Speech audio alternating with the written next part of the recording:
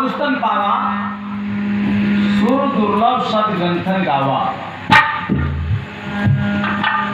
ये पहला भाग जो है प्रारब्ध से हमको प्राप्त हुआ मनुष्य का शरीर, ये पहला भाग है। दूसरा, जब हमें सत्संग प्राप्त हुआ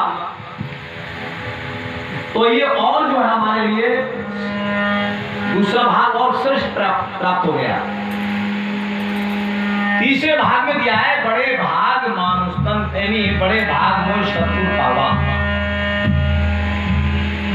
और आवागमन का भेद मिटावा। जब सद्गुरु मिल जाता है जीवन में तो आवागमन का भेद ही खत्म कर देता है।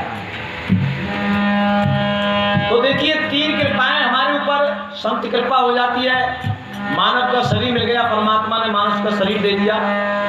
तीसरा, हमें सत्संग प्राप्त हो गया, और चौथी कृपा फिर अपनी रह जाती है। तीन कृपाएं अगर हमारे लिए प्राप्त है, चौथी अगर अपनी कृपा नहीं करी इसने, क्योंकि ये भजन नहीं करे, सत्संग नहीं सुना है, सत्संग में आने पर भी तो समझो कि ये अपनी कृपा नहीं करता। तो तीनों कृपा के अंदर चौथी अपनी कृपा जब जुड़ जाती है, चारों कृपाएं जब इसकी पूरी हो जाती हैं तो इसका कार्य सफल हो जाता है। जो ही प्रेमियों, और देखिए बताया कि संत मिलन को चाहिए तजमाया अभिमान, जो पग आगे धरू कोटनी एक समान। सत्संग में जो जितनी दूर से चल के आता है उतना ही उसके लिए ज्यादा लाभ होता है, उतने ही यज्ञ की प्राप्ति ज्यादा होती है, क्योंकि जितने उसके चरण पड़ेंगे उतने ही यज्ञ उसके ज्यादा होंगे। तो सत्संग क्या है कि सत्संग जो है ये परमात्मा का पहला अंग है।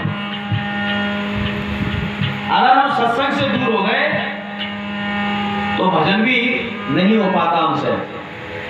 जैसे जिस नाव जो चलती है वो जल के अंदर चलती है, अगर वहां जल ही नहीं है तो नाव चलेगी कैसे? तो सत्संग में आने से ज्ञान का संग्रह होता है, वैराग की उत्पत्ति होती है।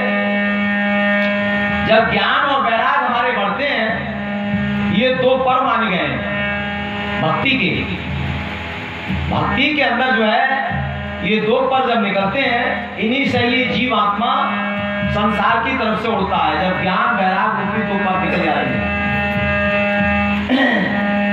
ब्रह्म ऋषि वशिष्ठ कहते हैं कि हे राम, जब तक जैसे कि ज्ञान वैराग दो पक्षी है, पक्षी बिना पांव के नहीं उड़ सकते।